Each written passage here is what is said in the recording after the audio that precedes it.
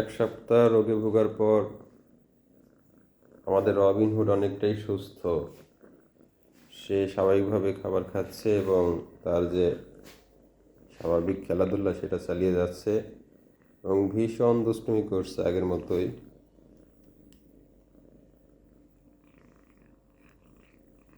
তাকাও তো এদিকে, এই যে রবিনহুড,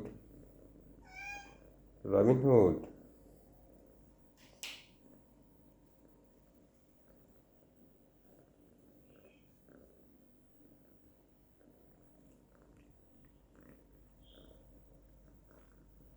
রবিনহুড, এই যে এদিকে তাকাও, তুমি কি খাচ্ছ? এই যে এই যে এই যে এই যে দেখো দেখো, এদিকে ক্যামেরায় দেখো, ক্যামেরা ক্যামেরা, এই যে ক্যামেরার দিকে তাকাও।